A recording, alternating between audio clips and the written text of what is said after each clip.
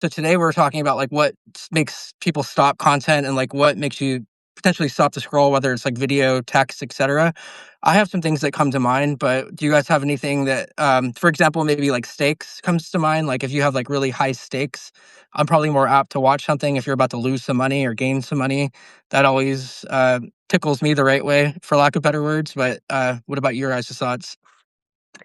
I'm kind of a sucker for storytelling. Like, I think that almost all good content kind of comes back. Oh, maybe not all, but the vast majority of content and just writing in general comes back to like being able to tell a good story. And that's like, hooking people in, making them feel like consuming the post was worth it. There's some kind of payoff for them. Yeah, I think storytelling is like the heart of a lot of good content. 100%. Yeah, my most recent thing like is trying to also like take a bit much bigger story and like condensing it, like playing around with like, can I take a big story and make it like 30 words, as well as something I've been trying on LinkedIn and that I've noticed is actually super effective. But yes, storytelling is huge. And I tried two short posts, kind of like what I'm talking about. And one was a story, and one was just more like kind of more my opinion on AI. And it's like the story one absolutely crushed, even though it was like 35 words. They were both about 35 words. So yeah, storytelling, because people are interested, they're just interested in people, right? So Yeah, I and think that maybe that relatability that maybe they see themselves in the story somehow, and they're like, "Oh, if Mike could do something really cool, like live in Colombia or whatever, maybe I could do something interesting too with my life." I don't know. Maybe there's some aspects of that. yeah, for sure. And like this particular story as well, it was about like landing my first client for like $500 and how that turned into like a $5,000 business kind of, you know, um through like him misunderstanding what I meant, like 500 a week, no, 500 a month, and realizing, that I'd like grossly underpriced myself. But like, yeah, I only told just the skeleton of the story in this post, and still it crushed. So it goes to show the I power of think storytelling. what you probably did, because I saw your post about that post and your whole process of writing it and how it was like 30 something words. But I think what you did in that post, which again kind of goes back to what we were saying, that like it's about storytelling, because people, if you can tell a good story so that somebody's actually like seeing themselves in it in some way, I think that's like the goal. And that's why I think a lot of like, you know, very content that's like relatable, content that's vulnerable, people see themselves in, when you're like admitting like, this made me realize that like, holy shit, I can actually charge this and I could charge more. This was actually like maybe in some ways a mistake on my end. Like this guy thought I was doing 500 a week. You're showing like some humility, some humanity. People relate to that. People relate to feeling like an imposter and making mistakes. Um, that was something that I kind of like started leaning into in my content more in the last year, because I found that like my posts that would do really, really well often were like really vulnerable and like talking about my failures and talking about like just not knowing what the fuck I'm doing half the time. But those posts would do way, way better than ones where it was like, here's me positioning myself like an expert, because I think also on LinkedIn, people see a lot of that content, but people just see themselves more in the real human sounding, vulnerable kind of stuff. And if you can do that in 35 words, then like that's great writing. Yeah, and I mean, I think yeah, it's a slightly different way of thought, but it's a nice little challenge you can make for yourself. And then it's cool too, because then you can take those. You could start either way. You could start with a big story and try and put it into a note, and then you could expand on it at a later point in a newsletter, right? Mhm. Or you could start with the big story that you've already completely fleshed out, and then just like boil it down to like 30 words. Um, so yeah, I like that. Um, Something I thought about is that sometimes it's like saying the thing that you don't actually want to say. because you're talking about like vulnerable stories, right? So sometimes it's the story where you're like, should I really go into this? Um, Mm, yeah. yeah. One thing that resonated with me about that story with the $500 things is I think that as new like high ticket creators, a lot of including myself, like I always struggle with like is someone going to come back at me and be like, dude, that's like $500 an hour, fuck you, like I don't want to pay that much money to you or whatever. And like thinking back on it, it's like not necessarily about the time, it's about like how many hours you put to learn that, so you can kind of show people how quickly they can get ahead or whatever. But I liked what you said there because like we're trying to like when we're new, we're trying to gauge where we're at and like what the market will tolerate. And I think when I'm new, I tend to play it a little safe myself, like until I get my nervous system needs to get more regulation until I'm like, all right, cool. Like now I feel a little bit safer because I closed these accounts at this price. Now I know that I can level it up to this price, et cetera. So I think anything to do with that, like it will automatically trigger me because I'm like, I'm psychologically, I'm always trying to figure out like what I could charge and like what, like how that looks. And there's really no math behind it. It's kind of like more like trial and error. Yeah, I want to go back to that actually, but did you guys ever hear? It's like an old story about like the boat repairman or something like that. It kind of comes back to this whole lesson of like you're you're not paying me for my time, you're paying me for my expertise. But there's like Mhm. I'm going to paraphrase the shit out of this, but the story Sure. goes that there is a ship captain who like there was something wrong with his ship. It was constantly leaking. He's bringing in all these different guys to try to fix it. None of them can figure it out. And then this one guy who's got like 40 years experience comes in and he fixes it in under 5 minutes and made it look like such a simple fix. And he's like, yeah, it's $10,000. And the captain's like, why am I paying you $10,000 for 5 minutes of your time? He's like, you're not paying me for 5 minutes of my time. You're paying me for 40 years of experience and being able to fix it in 5 minutes. Mm-hmm. Um, again, 100%. paraphrase the shit out of it, but that always stuck with me. I could probably find it for you guys.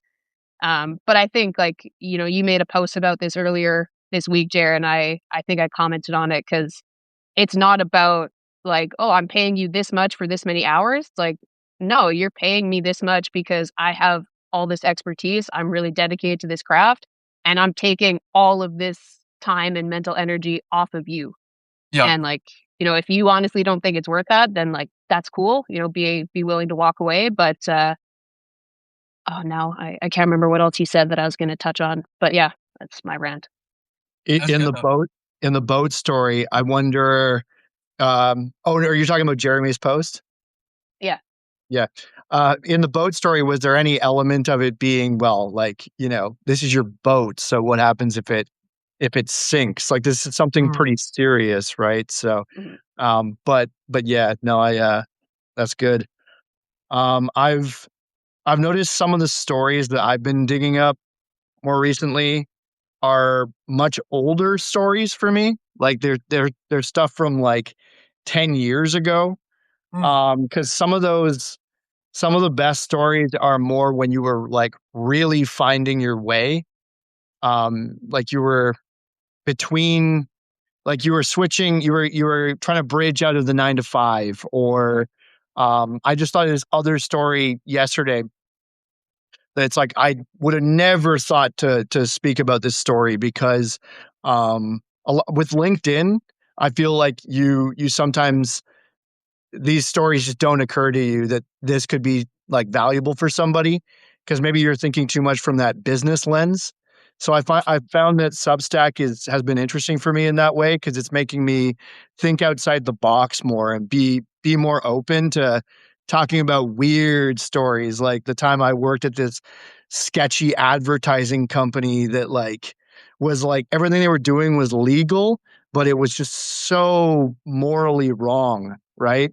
So talking about something like that, whereas on LinkedIn, I would have never thought to speak about that.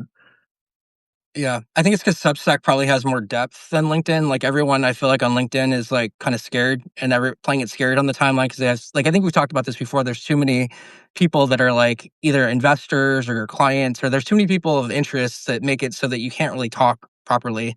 Or at least everyone that I've seen, they're kind of like more like kind of playing it super safe. And I saw that story that you're talking about, Mike, about like working at that shitty environment and like having like these like just feeling in this like nasty place where you don't feel like super right. I've been there before, like where I was like in a sales role and like they didn't train me and all or like pitch me this product and I had a panic attack and like right there in front of the VP, and I like couldn't say shit, and then literally I like lost all my train of thought, and like I felt like shit. Like I was just like, what's wrong with me? I was like, this is like terrible like feeling. So I remember a lot of those corporates. There's probably a lot of corporate stories that we could pull from, or like experience where it's just like hell. And I think a lot of people can relate to that too, because I know that other people panic and have anxiety and all this sort of shit. So like it's not like we're the only people that have it.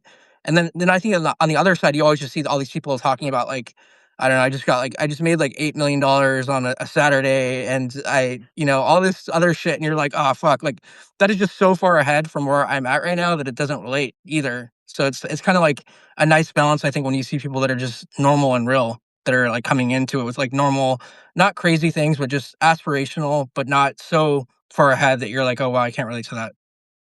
Yeah, I think you and I touched on this on a live that we did before, Jared, but I think if you're like, even if you're somebody who's like making content online and maybe you're still figuring out like what your offer is, and you're like, I'm still figuring out what to do with my skills and I don't have an offer that I'm trying to promote yet.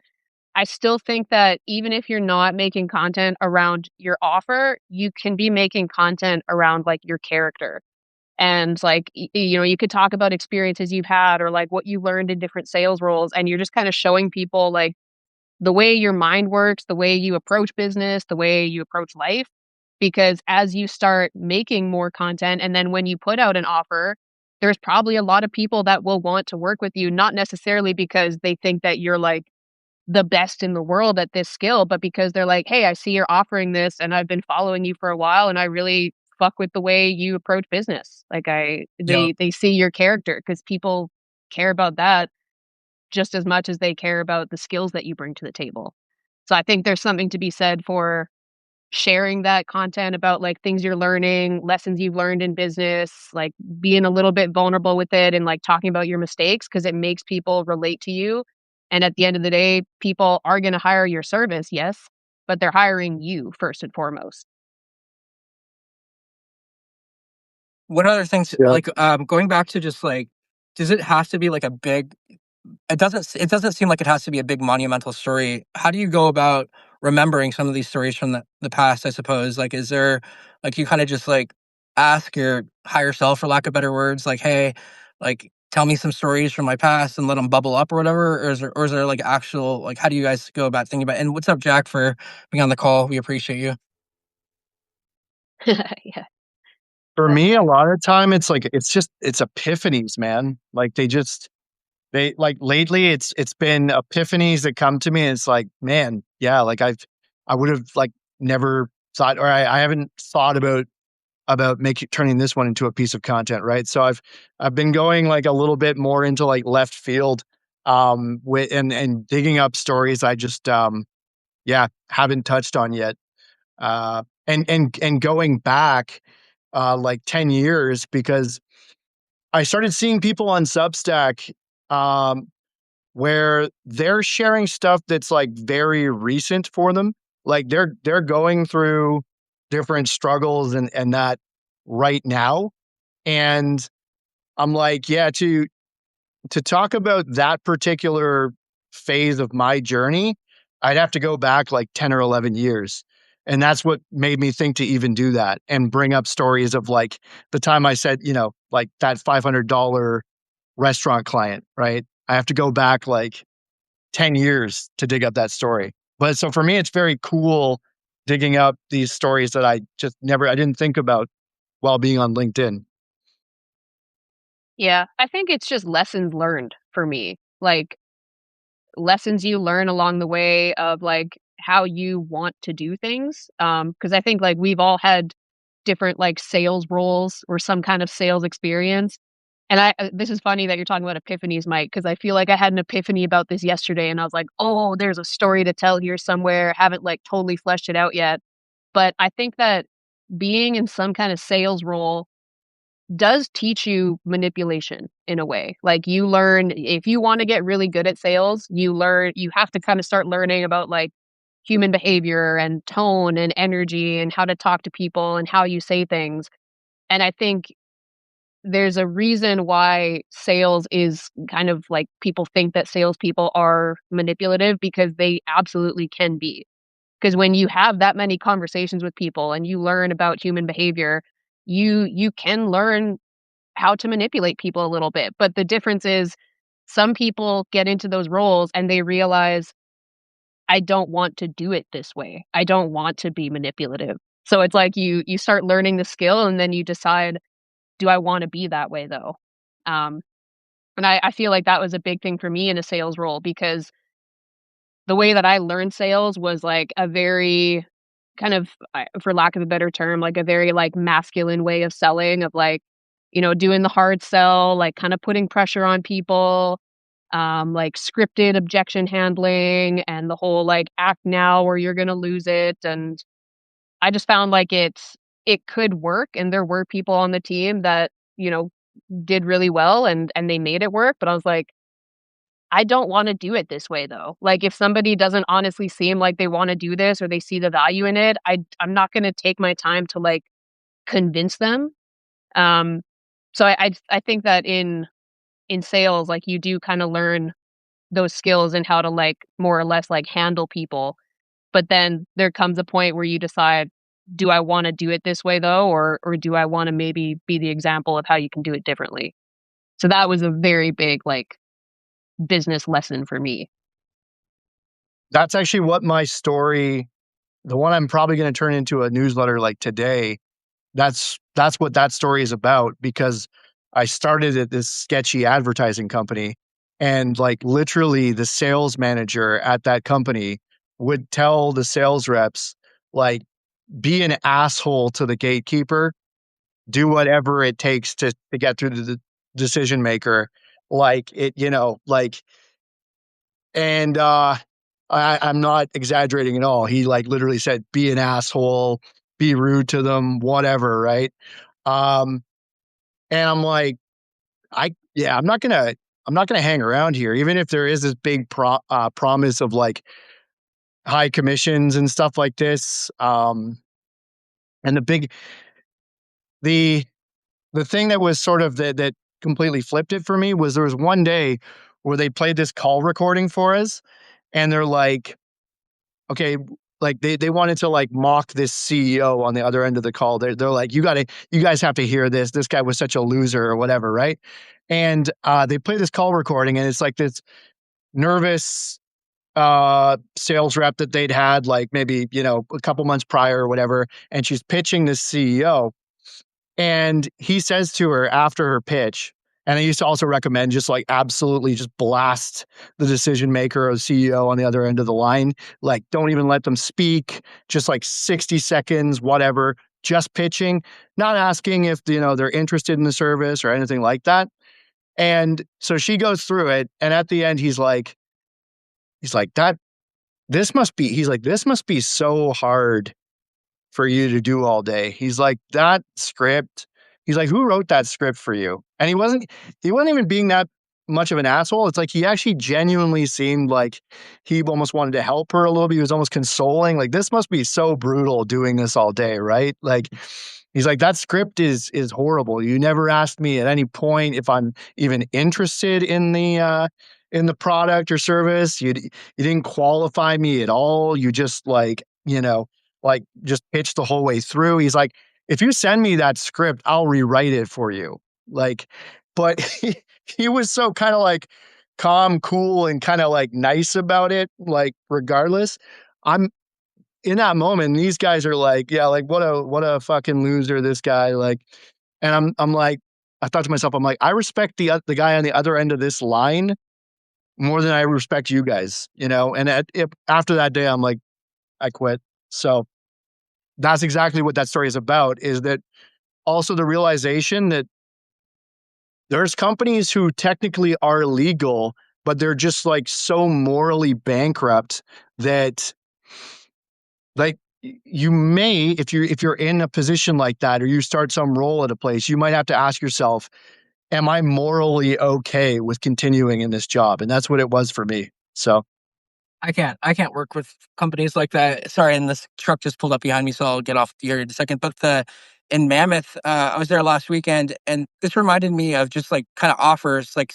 my niece was trying to get a snowboard lesson, and she went on a private lesson for a couple $100. But then Mammoth's like, oh, private lessons like 1,000 or whatever, and we're like, oh, that's too expensive. Just not going to do it. But it made me think like it's not that Mammoth is like gutting people. It's just that they're higher end. They're going after that higher end market, and you don't have to pay for it. But it just made me think that there's always going to be like different price levels of things. Like we were talking about before about like morally corrupt companies, and I just don't work for companies like that anymore. Or that's why I work for myself because I don't want to have anyone with a quote over my head telling me that I have to go do X amount of things and just not wanting to do those things. But going back to the Mammoth story, it just reminded me that like you can really charge whatever, and then just people will self-select in or out, and that's something that I'm struggling with too, or learning about. Like it's okay to charge a high ticket price. It's just a matter of like who you're positioning it to, I suppose. Yeah. I think there's a lot to say for like moral alignment in business. And I feel like that's become like the biggest thing I look for in like people I partner with or people I'll like refer to. Yeah, I want to refer to people that I know like have their craft, they have their skill, and they stand by the results they provide. Like I've sent people in Mike's direction before because I'm like, hey, I know you got like a really tight offer. You seem like you're kind of figuring it out. But it's more of like I feel like I know this person and I relate to the way they approach business. I think that that's, like, even more important. Like, the very, very first person that I ever worked with when I, like, first got started in online business was somebody who ran a coaching program, and he basically taught people how to grow their business on Instagram. His whole big thing was Instagram. And I learned a lot from this guy, but the biggest thing I learned was how I don't want to do business because this guy was like you said, Jer, like maybe not illegal, but like very morally corrupt. Like I watched it happen at least 3 times where like we'd all be on the call with a new client and this guy was such a smooth talker. He was like amazing at sales in that he was just really good at convincing people and like speaking really confidently. And I distinctly remember this one call, and I think this actually might have been like the last straw kind of thing. But we were on this call with this guy, and the funny thing is, the client that he was trying to bring on was a personal friend of his. So like they'd been friends for a long time, and he's talking to this guy, and he's saying like, "Yeah, we're gonna do this, this, this, this, this," and he was basically taking like 20% of this guy's company. Like the ask was huge, but he sold it with confidence. And then as soon as that client got off the call, we asked him like, "Man, how are you gonna do all this? Like, that's not even part of your offer." And he's like, "Yeah, we're not gonna fucking do any of that." And I was like, "Fuck." And, it was hard to walk away from because, like, that was, like, my first taste of making money as an entrepreneur. Like, I'd walked away from the corporate life, so it felt like a really big deal to be like, "Am I gonna just walk away from my source of income right now?" But I just kept thinking, like, I wanna, like, build a business and I wanna make content and, like, I don't wanna put this on my name for people to know that I work with people who I have to believe your reputation is gonna catch up to you, man, and I don't really wanna be in your circle when it does. So, yeah, that, I think you gotta find people that, yeah, like, have some kinda skills or, like, are working on something. They're working in a direction that you're also trying to go, but I think you gotta find people that are, like, morally aligned and like, "Oh, I stand by the way these people approach business," you know? Yeah. The 3 of us are pretty lucky when you think about it because we joined, Dakota's program, right? Um, but when you think about it, like, how often do you hear about people who joined a coaching program that actually wasn't ethical, right?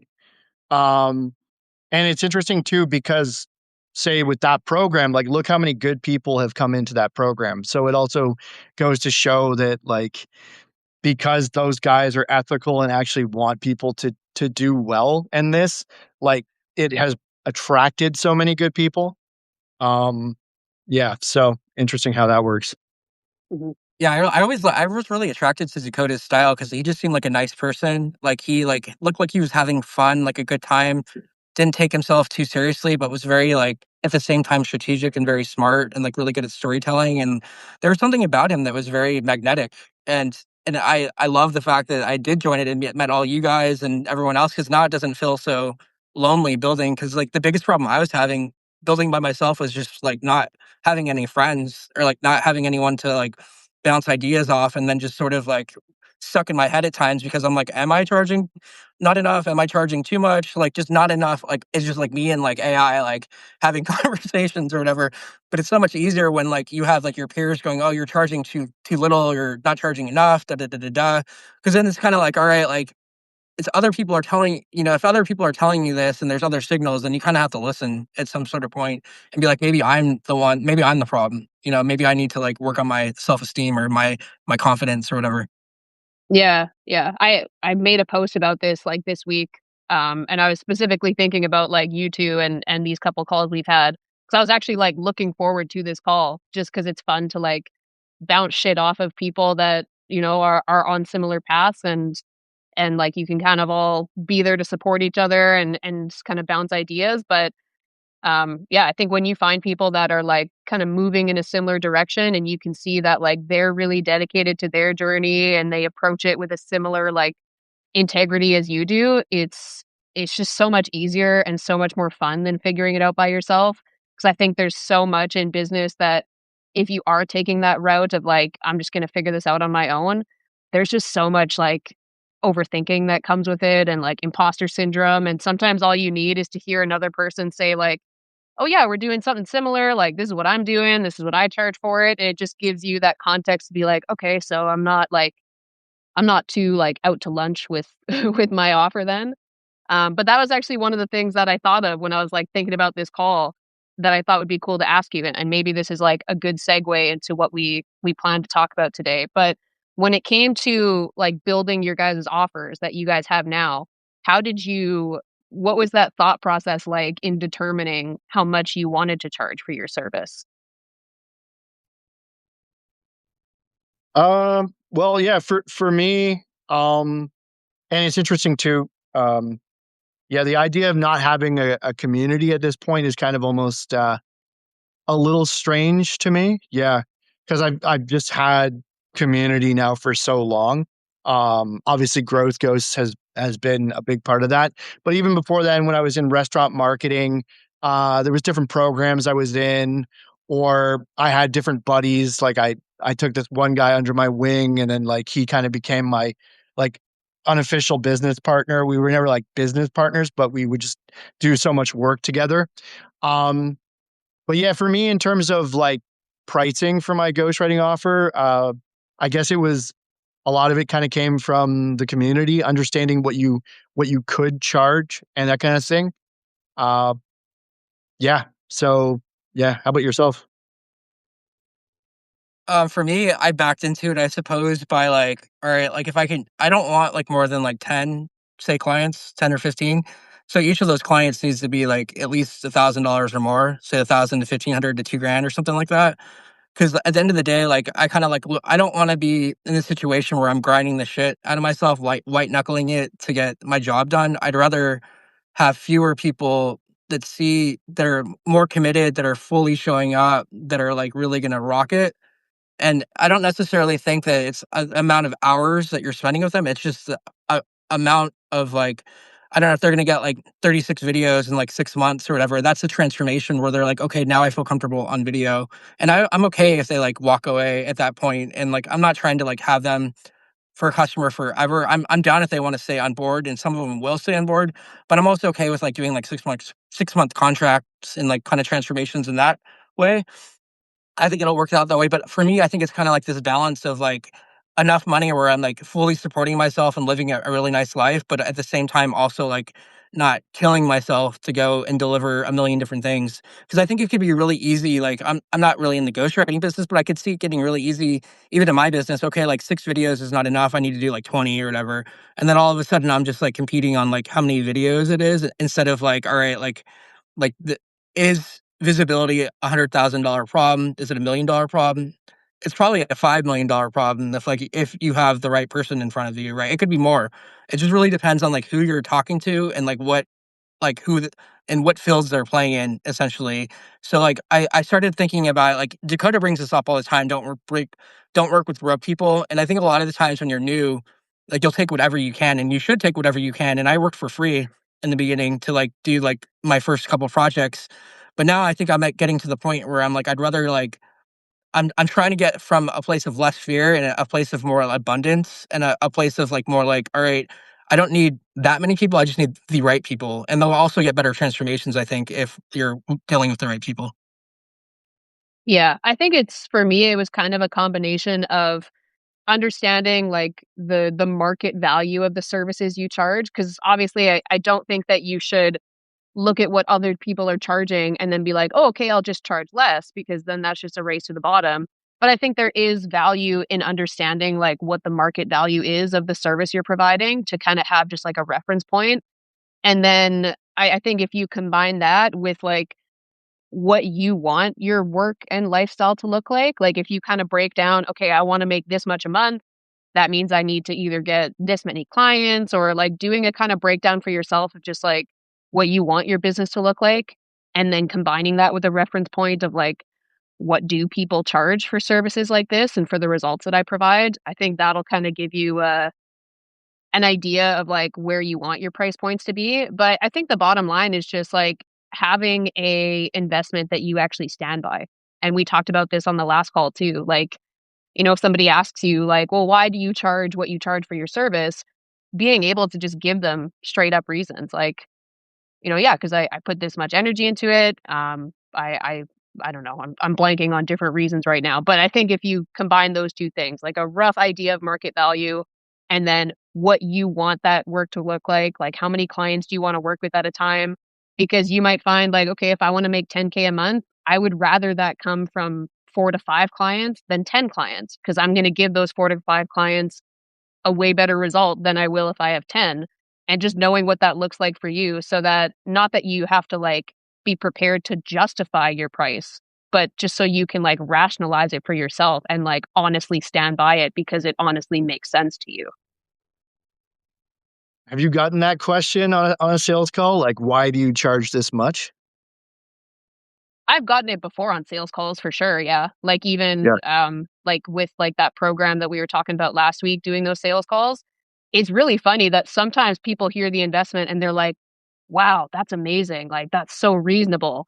But then you'll get the next person that's like, "That's crazy. That's so high." So it's like, you kinda start to take it with a grain of salt that, like, it is gonna depend on that person's perspective of, like, have they ever learned about ghostwriting or have they ever looked at a business coaching program? Like, because the people who have done different coaching programs or who have hired different service providers will have a little bit more context and will probably be less shocked about your investment amount.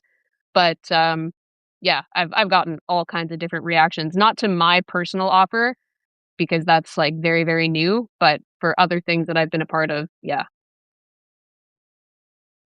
It's Yeah, it's interesting. I can remember, this will give you a little more like insight in terms of selecting prices in this. Like when I one point I had sold clients even up to like say even 4,000 US dollars a month, right?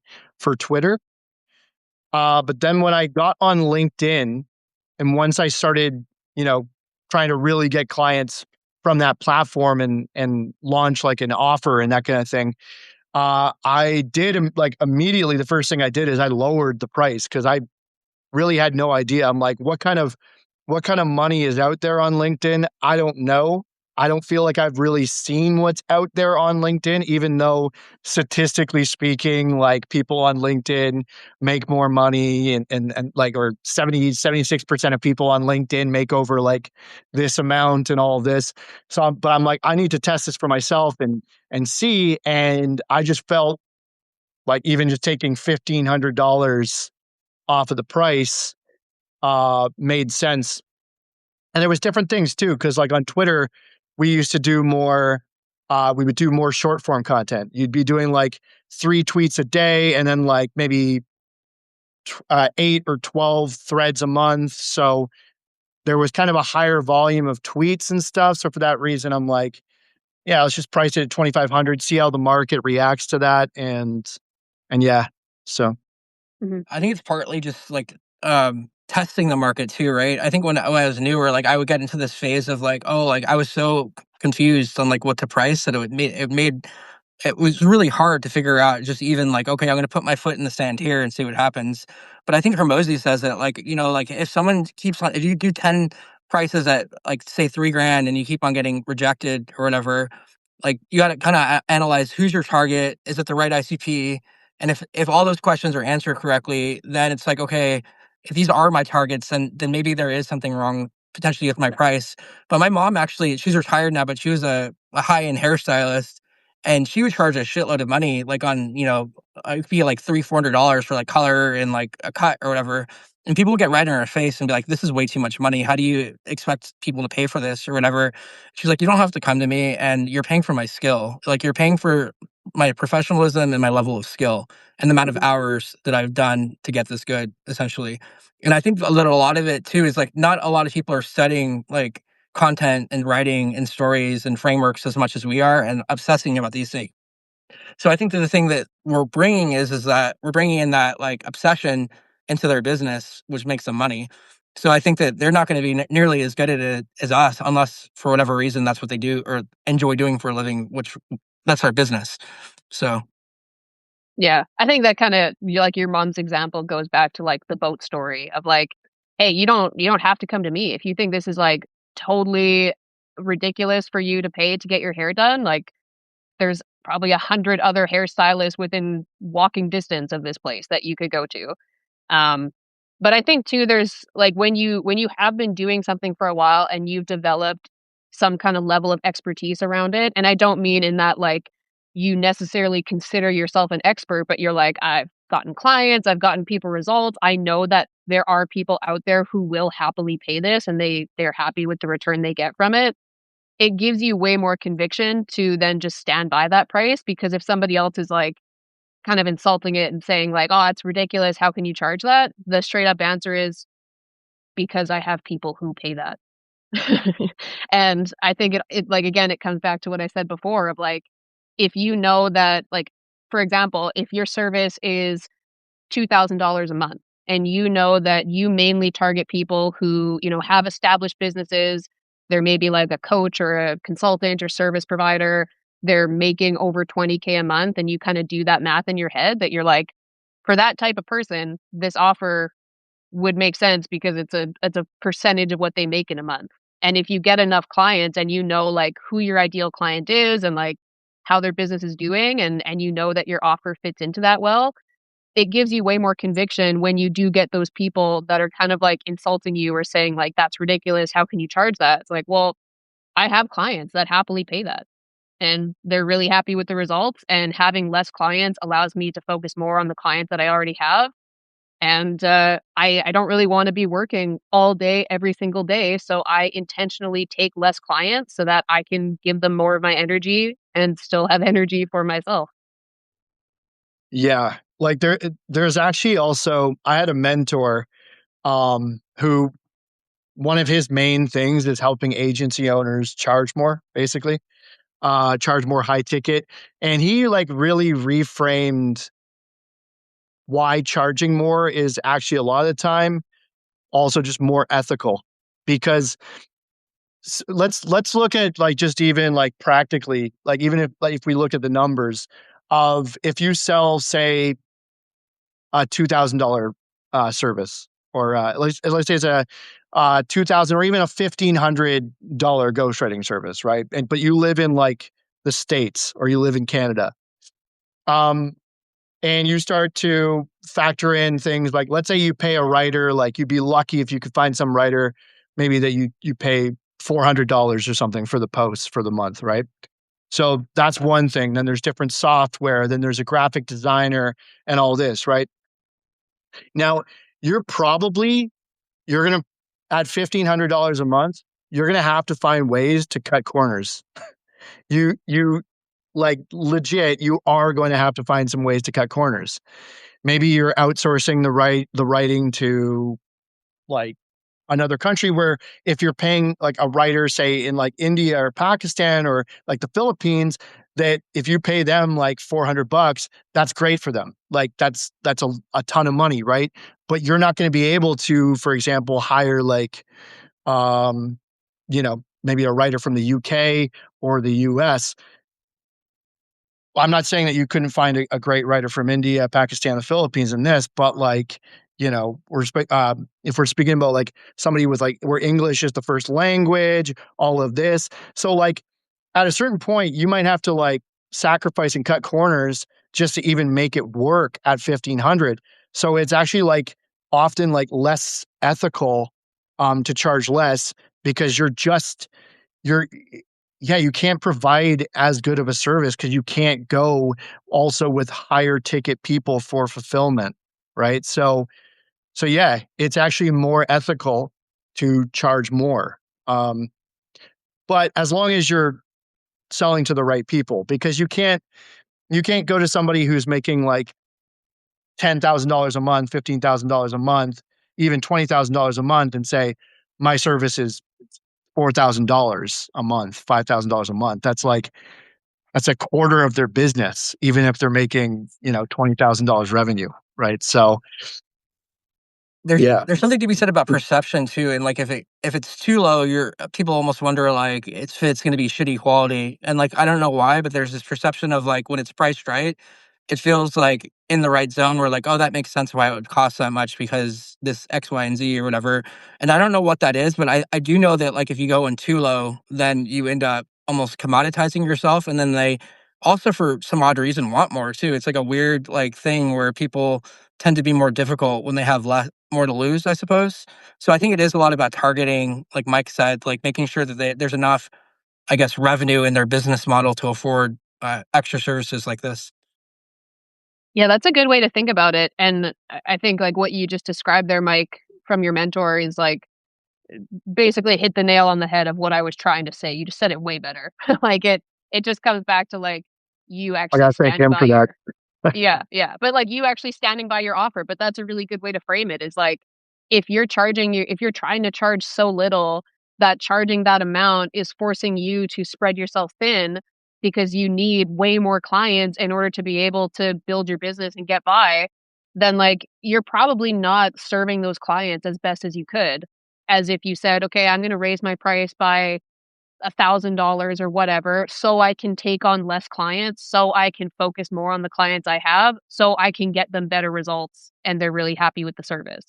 I think that's like probably one of the strongest ways that if you felt like you had to explain to somebody why you charge what you charge, breaking it down like that, I think a rational human being would be like, "Oh, okay, that makes sense." It's not just like I'm just trying to make as much money as I can. It's like no, I'm trying to grow my business and hit my goals while also servicing my clients as best I can. And me spreading myself too thin by taking on too many clients because I'm charging too little doesn't really serve me or them. Yep. And there's some clients where you realize once you get into the engagement further with them, you realize, oh my God, I should have charged this person so much more because she's now he, she, they, them, doesn't matter.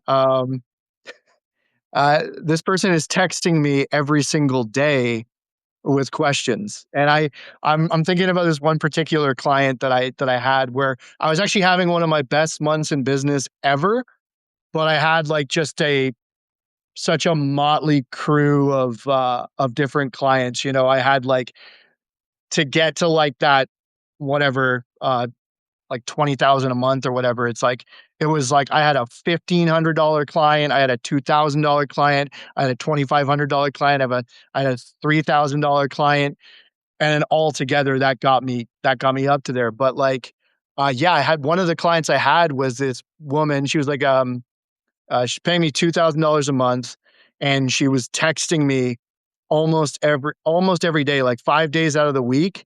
Every day would be another question. Oh, the VA, the VA's like the comments sound AI written, or like, are we targeting the right people with the connection requests? Like always another question, another question. She was nice about it. She was lucky that she was nice about it and always professional, but it's like, are you serious? Another question?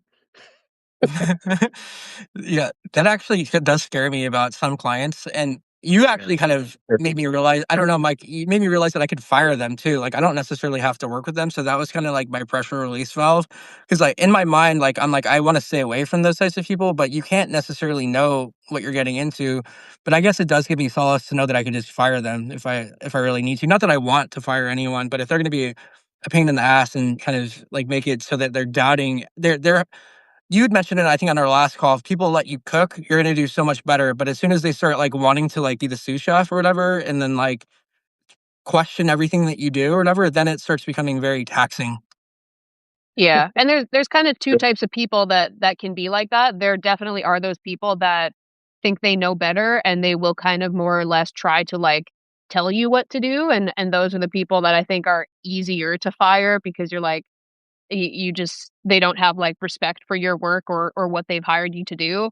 But then you also get the people like one of the pieces of advice that I got very early on from my mentor was never take somebody's last dollar. So if somebody is like real broke, then they might unintentionally be that client. And like this might have been the situation for your client, Mike, because if she was really polite about it, she probably wasn't trying to be like, hey, you're doing this wrong. I know better. But she's paranoid because she's got that like, I really need this to fucking work energy.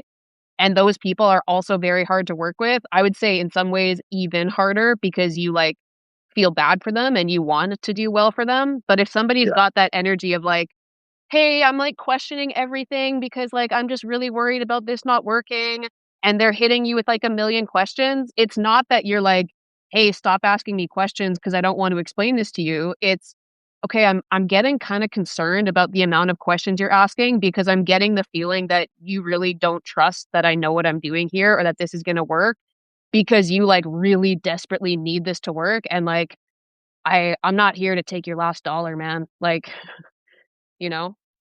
Yeah, it was, well, first of all, you kinda hit the nail exactly on the head because that is pretty much exactly what was going on with her. Like, Yeah.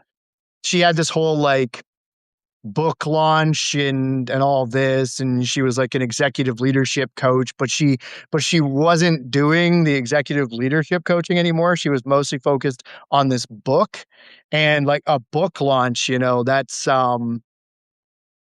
takes a lot takes a lot to do that, and she didn't even have the book yet, right? So it was all this, like, preemptive sort of, like, brand building and all this, so, yeah, this is probably why she had so many questions and why she needed it to work so bad.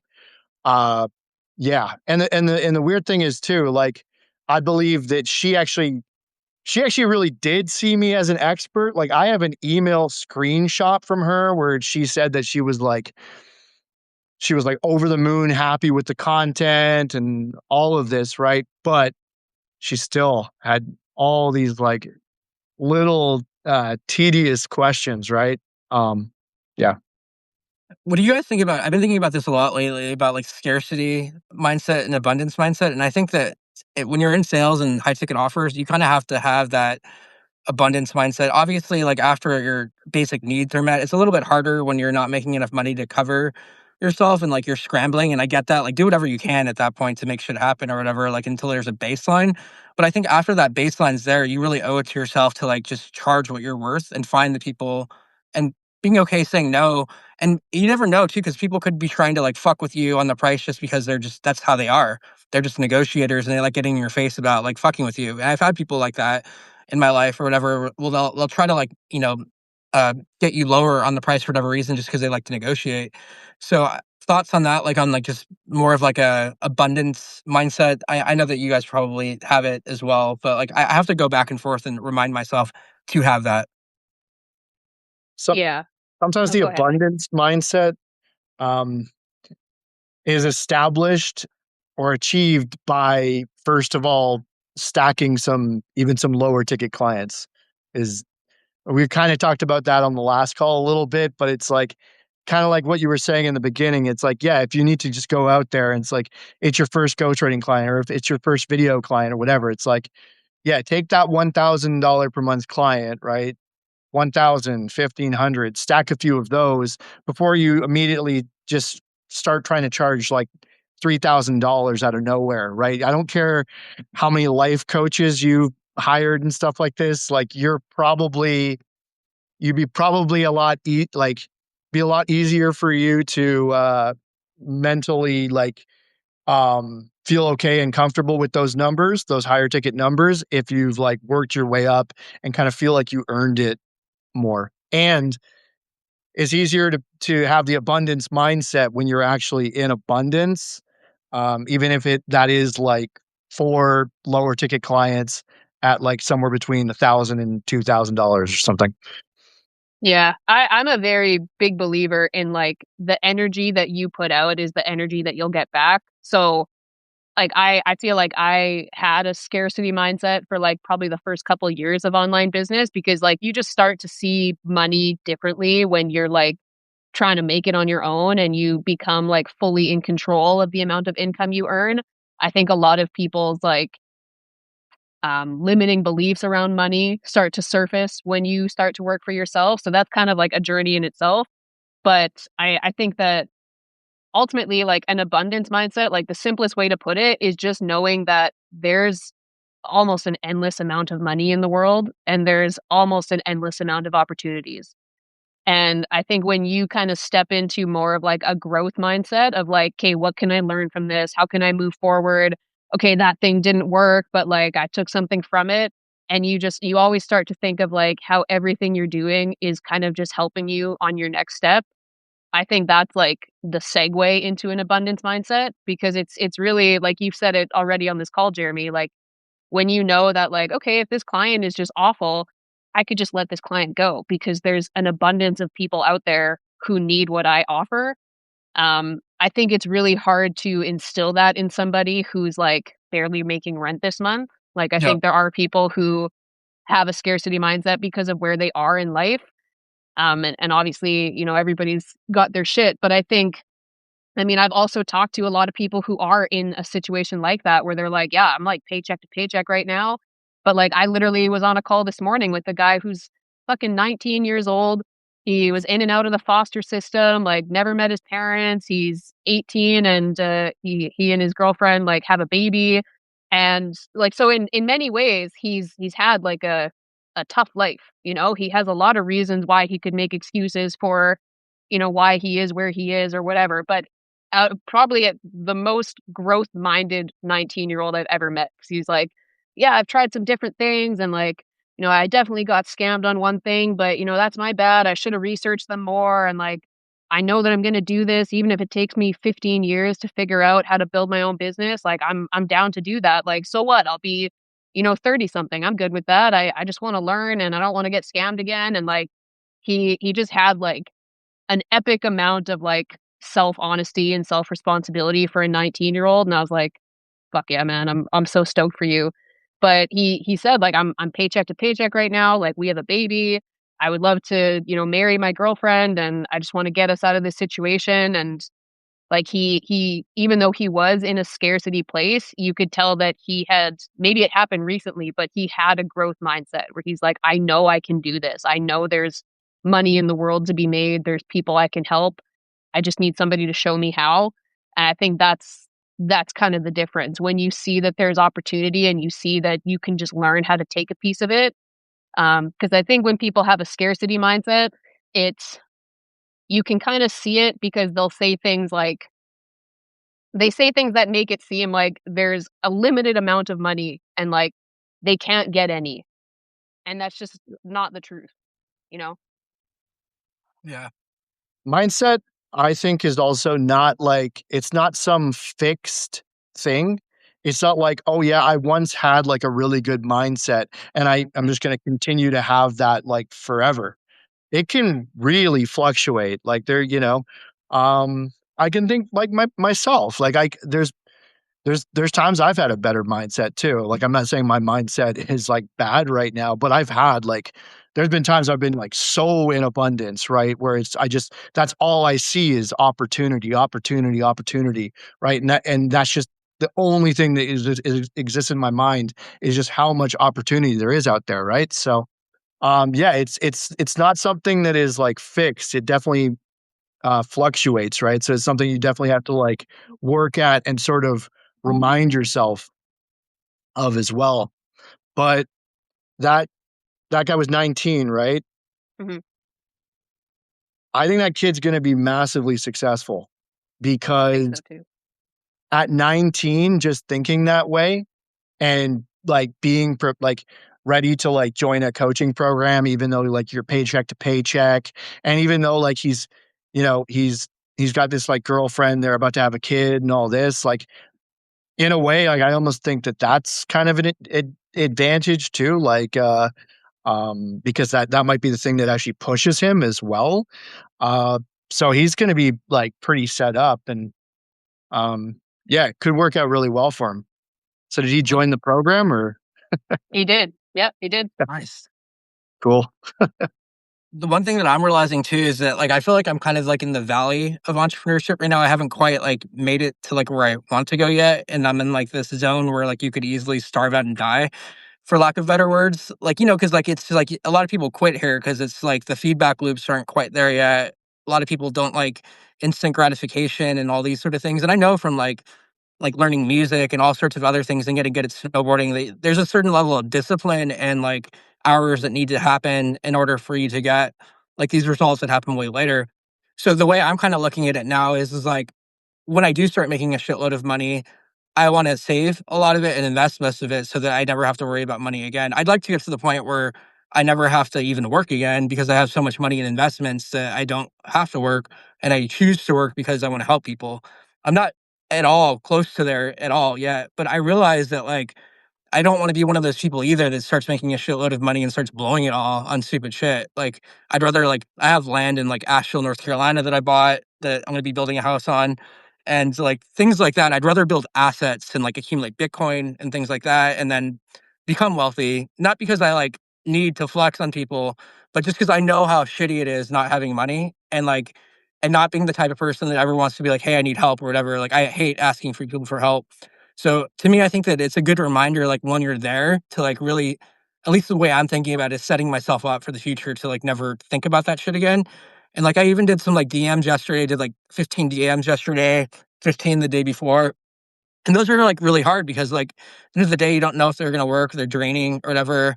But I think that it's to some sort of degree, you kind of have to have that discipline when you're building. And I'm getting there again, but it's always kind of like a constant like reevaluation of things. And I got a little hangry yesterday because I didn't eat and I wasn't completely taking care of myself. By like 2 o'clock, I was like, "Fuck, I'm grumpy right now. I need to make myself like a protein shake or whatever." Because like I think I get into that zone of just like wanting to like go go go and like getting into like and getting into like my groove or whatever.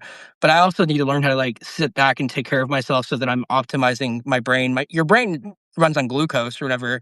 So I'm not giving my brain enough fucking fuel. And of course I'm gonna get grumpy and have limiting defeating beliefs after something like that because I'm not taking care of myself. But back to the main point of like I look at this valley right now as like not like a place of like it is the place that I'm trying to remember so that when I do start climbing, that I don't forget where I came from, essentially.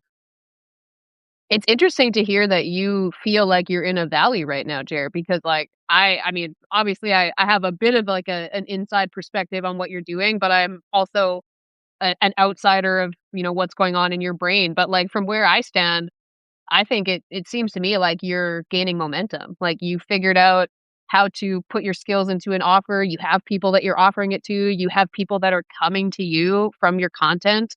Like it might feel like it's happening slower than you want it to, but like from where I'm standing, I feel like you're climbing. Yeah, I think it's just probably not as fast as I'm just used to like shit happening, like being good at shit and like not having to work that hard at it and like, things like that. So I think that when you come from a place like that, like it's hard to like it's not that I don't it's not I'm doing the work, it's just not coming in as quickly as I'd like or whatever. So I think that we're all like that. I think growing up, I was that type of person that I felt like I could do anything. Like I never thought like anything was impossible. I literally thought I could do anything. And I think as I got older, that sense of like uh I don't know, that sense of naivety has, like, gone away. Like, it's not like it's still there, but I just realized, like, I'm getting older, like, I need to make shit happen, like and I think that that's maybe the biological time clock too of, like, "Alright, like, I'm not 20 anymore. I need to fucking, like, go, like, hard and, like, make this shit happen." And I think when you see other people that just, like I don't know, like, Talon, for example, like, seemed like he ramped up in like 4 months or something like that, and then he was off to the races or whatever. So I know it's bad to compare yourself to people, but when you see other people's like success stories, then you're like, oh shit, like this was taking a lot longer than I would have liked. But so I guess I'm happy with where I'm at, and I'm grateful for everything that's happening in the inbound leads and the counts that I do have or whatever. But like I'm definitely not at the place where I'd like to be yet, you know? Did you Uh, ever watch the oh, sorry, Mike. I was just gonna ask Jerry, did you ever watch the interview that I did with Taylin where he talked about his climb? I yeah. don't know if I saw that. Yeah. Okay. He Tell spoke to this, and I was very grateful that he even, like, talked about this, because I okay. asked him I just asked him, like, "You seemed like you, like, blew up really quickly, and, like, you became a pillar of success that Dakota shared about his program, so, like, why do you think you grew so fast when some people, like, struggle to get clients for months or years?" And, he was like, "Yeah, nobody's actually asked me to explain this before, but I just got very lucky." Like, he's like, I did work hard and I worked smart and everything, but I also got lucky because Dakota just, for whatever reason, just took me under his wing and was, like, funneling clients to me. He's like, I didn't really have to work to get a client for, like, the first, I think he said, like, 18 months in his business, and that, like, really catapulted him. And again, like, not that he wasn't working hard, he was doing this around a full-time job, but I thought it was cool that he was willing to admit that and be like, "I got way more lucky than most people do, and, like, that was a big part of my success." So, like, people shouldn't look at my story and be like, "Well, I must be fucking up because I'm not blowing up like Taylin did," because, like, you need the whole picture, you know? Yeah, I watched that video that you're talking about, and I also really like that he actually answered that honestly because, I mean, even from a positioning standpoint, he could have been like, "Yeah, I just grinded it out, I just learned how to write content that generated inbound leads." And that, that would have been the positioning angle since they're selling like, a ghostwriting coaching program to just make it sound like you just grinded it out. I learned how to write lead generation content, and then the leads just started flooding in. But he was like so honest about it. It's like, yeah, I got referrals in this that set me up for like the first year or whatever, right? So yeah, I remember that video. But man, Jeremy, you made me think about like how delusional you are sometimes even as a kid in this. When I was 12 years old, I was so into basketball. I actually wanted to play in the NBA. and I like honestly, even though I probably knew it was a long shot or whatever, um like I wasn't telling myself that that's not possible because, you know, I'm like a 6 foot tall white dude. But yeah, and like I was good at basketball, but I was, not incredible, right? But yeah, I wasn't telling myself that, right? So yeah, you need that and maybe that also says a little bit about who I just am as a person. I think you need to be a little bit delusional, man. I think you need to be willing to take a risk and shoot for the moon or whatever, right? And yeah, and not just like look at what other people around you have done, like look past that. Because yeah, if you just look around like your most tight-knit group, depending on where you are, you might not have any examples of people who have like gone above and beyond and actually achieved something great, right? So it's good to be delusional. Yeah, I know my dad, like, grew up poor and, like, he's actually exited, like, multiple businesses and, like, went from being, like, not making any money to, like, having, wealth. So it's really interesting because I 'cause I'm around people like that, like, my own parents, like, didn't have anything. So I think that their mindset did kinda stick with me to some sort of degree, like, you can get whatever you want, just as long as you're willing to like work for it and work, I guess, smart about it psychologically and figure out like some of your limiting beliefs and make it happen. So yeah, I'm still there. I still have that in me. It's just a little bit more, I've been beat up a little bit more over the years, like fired and laid off and things like that. But I'm also glad that one of my lifelong goals was to get out of that system. I know Mike's been out of it for a lot longer than I have, and I respect that. I don't know how long you've. It sounds like you were probably in some sort of career before Kelsey, and then kind of switched into online business a few years ago yourself. But like, I think that in itself was like a goal of mine, just because I didn't feel safe in that system, and I didn't really feel like it was like a good system for me to be in, like emotionally and psychologically. So I'm glad that I got out of that system and kind of off like a completely different path now, where like our like we can make as much money as we want. Really, it's about really how much we're willing to work and put in, and then like figuring out like what works for us and how we're gonna actually go out and do it. I actually think that's one of the most unfortunate things that happens to a lot of people when they go from being a kid to being an adult. Obviously, there's a lot more like responsibility you get put on your shoulders when you like now have a place that you need to pay the bills for, or you start having kids and you're like, I'm responsible for taking care of these other human beings. Like we definitely get more responsibility stacked on us, but I think it's really unfortunate how a lot of us kind of lose that like childlike optimism and that childlike curiosity. And I feel like that's something I've actually been working to like re-inject back into my life. And it's part of the reason why we called the brand Inspired Idiots, because I think like if you look at people who have been really successful or who have like achieved some kind of crazy goal, that a lot of people would have looked at that goal and been like, oh, that's unrealistic. Like you're probably not going to do that. Like, yeah, everything's unrealistic until you see yourself do it.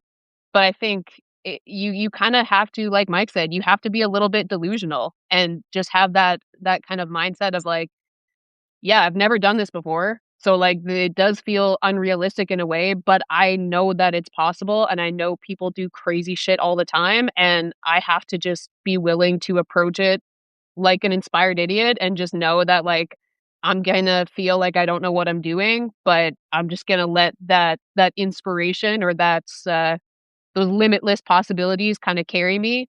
And yeah, I think we kind of lose that as we go from being kids where like I want to be a rock star or NBA or astronaut or whatever. And then eventually over time we kind of like we think our dreams unrealistic. We fall back on our plan B. We take on debt and school and responsibilities, then we just kind of like stay there. But I think for people who are entrepreneurs, you almost have to have a little bit of that like delusion of like, no, I can create something different. Like I can define what realistic looks like for me.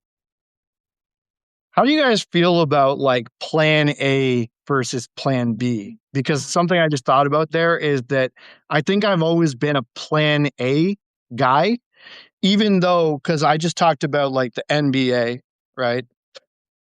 And then like when I was 14, I picked up a guitar and I got into music. And then by like, 16, I was playing in bands and I did that all the way until like 27, right? But I've always just been a plan A guy because it's like, okay, uh, 10 years old to 14, loved basketball, wanted to play in the NBA. 14, got into guitar music, rock music, all this, wanted to be a rock star basically, right? But I never was like, okay, and if this doesn't work out, this is my plan B. Hmm. Instead, I've just been willing to pivot if it didn't make sense anymore. If I was like, I don't know if this is what I want to do anymore, right? But that wasn't a plan B. It's just Yeah. going with the flow and taking something as absolutely far as you can until it just doesn't make sense anymore. Yeah, for me, there is no plan B. This is the only plan A. Like, it has to work, and I won't like unless my head gets chopped off. Like, I'm not gonna like stop until. And I think that that's part of like the relentlessness of like some of our personalities. Like, I'm not gonna give up until there's no giving up. Right? I'll figure it out. I know that about myself.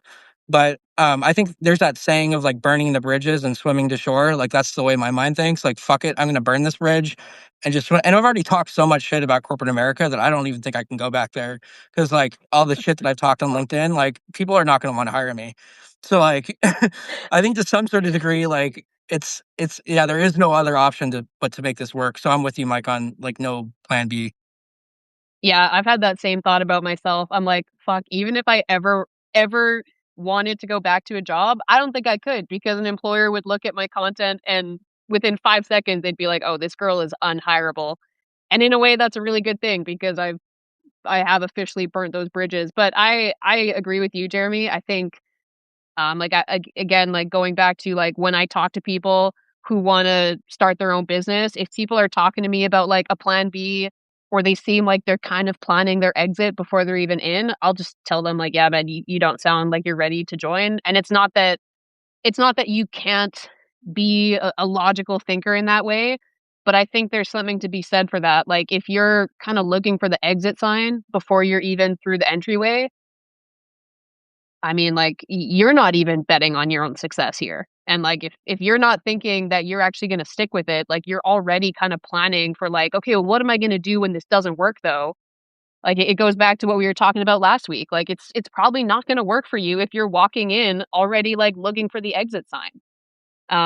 So I've never really been a plan A, plan B thinker.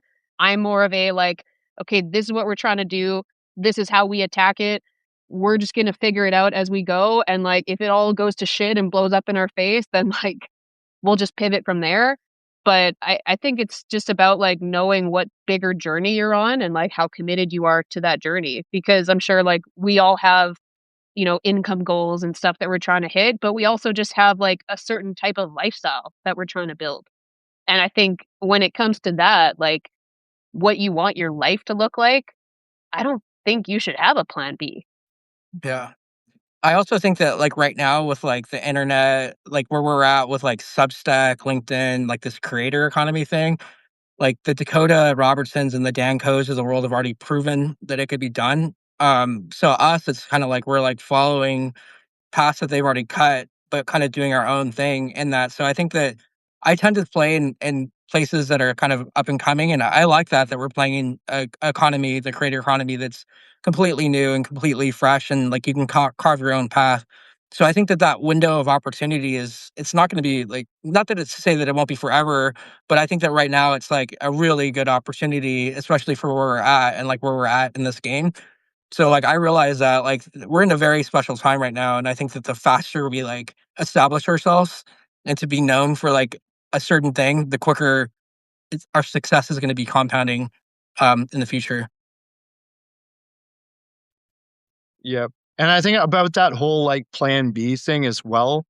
Like, I think 100% somebody could still, they could have a job, right? And they could be doing the entrepreneurial thing as like a side hustle, right? But that to me is like not, that's still not plan B thinking because they're not viewing it as something that they're just gonna like fall back to. It's more like they're just like looking for the sort of most like optimized, like kind of a safer way of building the entrepreneurial thing while doing the job at the same time. But that's still not like what I think of when I hear about people talking about a plan B. Because to me, what we're really talking about there is someone who's planning for their inevitable failure, right? Mhm. So, mhm. Yeah, I think that's different than planning than a plan B. Like there's a lot of people who start their business on the side of a full-time job. And I think they're just seeing it as like, this is me slowly building what I want to build. I think that's different than like, okay, plan A is this, but plan B is what I'm going to do if plan A fails. Like, well, if you really, really, really want the plan A scenario to work out, why don't you put all your energy into doing whatever you can to keep figuring it out instead of putting energy into planning your backup plan?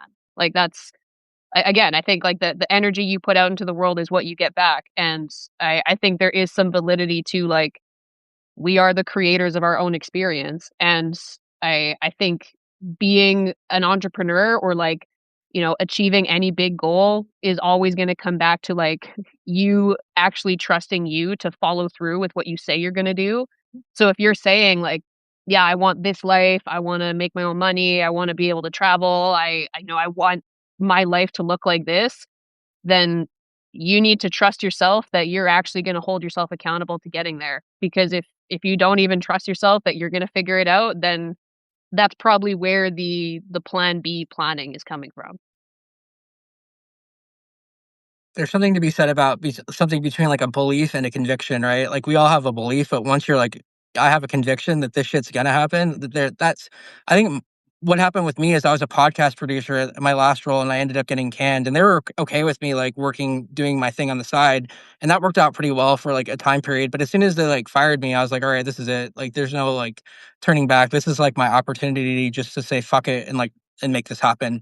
And I think that sometimes people get pushed into that situation like that, and I kind of did get pushed into that situation where I was like, okay, like this is so now it's just a matter of like executing right and staying like I guess healthy and staying like making sure that all the stuff gets done on a daily basis to continue like moving forward. A lot of the parts that I had struggled with, and I've talked about this on like growth coach calls, is just like the outbound DMs and shit like that. And I'm getting to the point now too. Like I think Mike had an essay the other day about like just doing one thing and then another thing. So like if you could just get a little bit of momentum, I could trick my mind into like not like thinking so much, and just doing the work. Because I always want like novelty, and I always want to be creative, and I always want to be doing the cool shit and not like the boring work, I guess. And I guess the boring work is part of like the bill paying work. I hate the boring work. I hate, like, say DMs, right? That to me is the perfect example. Man, I don't like sending DMs. I really don't. I really don't. I would much prefer to just have inbound leads coming to me. And maybe I've been spoiled in that way because I have had times where it's like, yeah, it is that easy. Just like put out the post and have and get like, you know, 3 to 5 leads or something like clockwork, right? But or even better. But yeah, that's sometimes it's just not the reality, right? So sometimes you got to send some DMs. But yeah, I don't love it. And for me, it's actually been helpful to remember that most people don't love that. In fact, probably nobody really loves sending DMs. Um, so yeah, it's helpful to remember, yeah, nobody really likes this, man. So just do it. Okay. I don't know why that works for me, but yeah, just remembering that there's probably nobody out there that loves this. So it's just something you're going to have to do. I have a different perspective on prospecting. Uh, I don't know, maybe just I've done it from different angles before, but I actually think prospecting is really fun when you're really excited about what you're doing. And that's not to say that like you're not in any way, Mike. Like everybody's kind of got their own stance on this, but Yeah. like for example, I've been kind of figuring out like what kind of offer I want to build around the Inspired Idiots interviews, and like it I feel excited about it because this is something that I was already doing for free. So it's like work that I'm doing anyway, and now I'm figuring out how to build an offer around it. And like Jerry, you and I have bounced ideas back and forth, and I was like, "Oh, this is so dope! Like Jeremy's doing something similar." But I get really excited about it because I don't have everything figured out yet by any means. But I feel like this is like what I imagine alignment feels like, in that I'm like, "Oh, this is it. Like this is I again like I'm still carving it out, but I'm like this is going to be the thing." So I'm like really excited to even message people. Like I have a plan this weekend to like start messaging people who I've already interviewed and just be like, I always send them their assets and everything, but just be like, "Hey, we talked before. I'm just letting you know, like, this is what I'm doing." Like, and just like show that excitement, and not to like pitch them, but just, to be like, "Hey, if you know anybody who wants to make the kind of content that we made on the interview, there's a lot of unknowns. I don't know exactly how I'm going to say it, but like, I'm genuinely excited to message people about it." I think for me, where prospecting or like DMing people can get really like dry and like I don't want to do it is either there's there's probably something about that person that like I maybe I'm not that excited about the prospect of working with that person. Like that could be a reason. I know Yep. Jerry, you mentioned this on a previous call where like when you are genuinely interested in what somebody's doing or what they've been talking about, it makes messaging them so much easier because you can come at it from a very real place of like, "Hey, I really fuck with your content. I love that you talk about this." Like, just wanted to say that. It gives a whole other energy to the message because now it makes sense to both of you why you're messaging that person and it's real. So I think if somebody feels like, "Oh, I fucking hate prospecting, I hate DMing," I would either question, "Okay, are you really excited about what you're doing?" Which I think all of us are. And are you really excited about what that other person is doing? Like, is there Yep. something about that person that makes you really excited? And if you can't say yes to both of those questions, then maybe you just need to pivot who you're messaging so that you're more excited about messaging them. Yeah, I think you are dead on. And yeah, here's the way I see it. I think that if you're not excited about outreach, it's one of these things or potentially all. And I just wrote a little note here. It's like it's either the wrong people that you're reaching out to, the wrong offer, like maybe you're genuinely not excited about your offer anymore. Maybe there's certain things in your offer where it's like fulfilling on this is a pain in the ass. I don't want to offer this anymore. And you know that even in just the back of your mind, and or it could be like the wrong platform, right? And there's other ones too. I mean, it could be the wrong service. It could be so many things. But like, yeah, if you're not genuinely excited to talk to people about it, there probably is something. There's something fundamentally wrong, and it could be any one of those things. Because I know that, like, in terms of wrong people, there was a time, definitely, where I was like reaching out to the wrong people on LinkedIn. Like they were in the wrong kinds of businesses that I was like genuinely not actually that excited about. Um, and yeah, so I think there's a lot to be said about that. And if it you telling me that you're actually genuinely excited to message people is kind of just rewired the way I think about it. And yeah, And you, yeah, you changed the way I think about it a little bit too, right there, Kelsey. So thanks for that. Like, yeah, I think that maybe getting in my own head, my own way there. But one thing I thought about for you too, and I thought about offering it as a bonus for like this guy that I have a call with like next week is like maybe this person wants videos. I'll do videos with them. Cool. We could do like, 2 hour sessions. I'll cut 6 videos or whatever. But might be interesting too. Like if someone's not on Substack, hey, like I'll interview you on your business on Substack, right? Are you for you, Kelsey? Like you could basically do the interview, have it automatically push to YouTube, and then give them extra clips on top of that, or like a newsletter. There could be a whole business model, like in that alone. Because like I'm looking at it going like some of our I did a post on this yesterday. I think there was like 15,000 views from some of these shorts that we've been doing that are automatically being pushed to YouTube. And you think about that, like it's pretty powerful because like they're getting the people that are on the live call. We have 16 people right now on the live call. That's a classroom size. And then 15,000 more eyeballs to the YouTube thing, right? So I think that there is something definitely there. I don't know how you would structure it, but yeah, I think that like this fractional kind of podcaster thing could be a thing for sure. Just like if you find like the right people. Yeah, I've actually thought about that before too. I'm like, "Oh, how could I?" Because I do like when I record with people, I like using Riverside because I know that I'm gonna get a higher quality end output because it's pulling the audio and the video from their end. So, I like Riverside for that and a few other reasons, but I have thought like, "Oh, is there a way that I could, like, also push it to Substack, though?" And I haven't quite figured it out yet.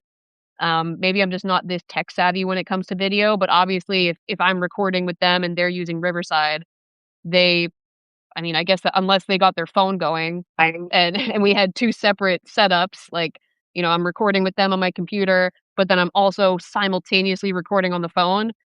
I think I get a little bit confused when I think about, like, the microphone situation and stuff like that.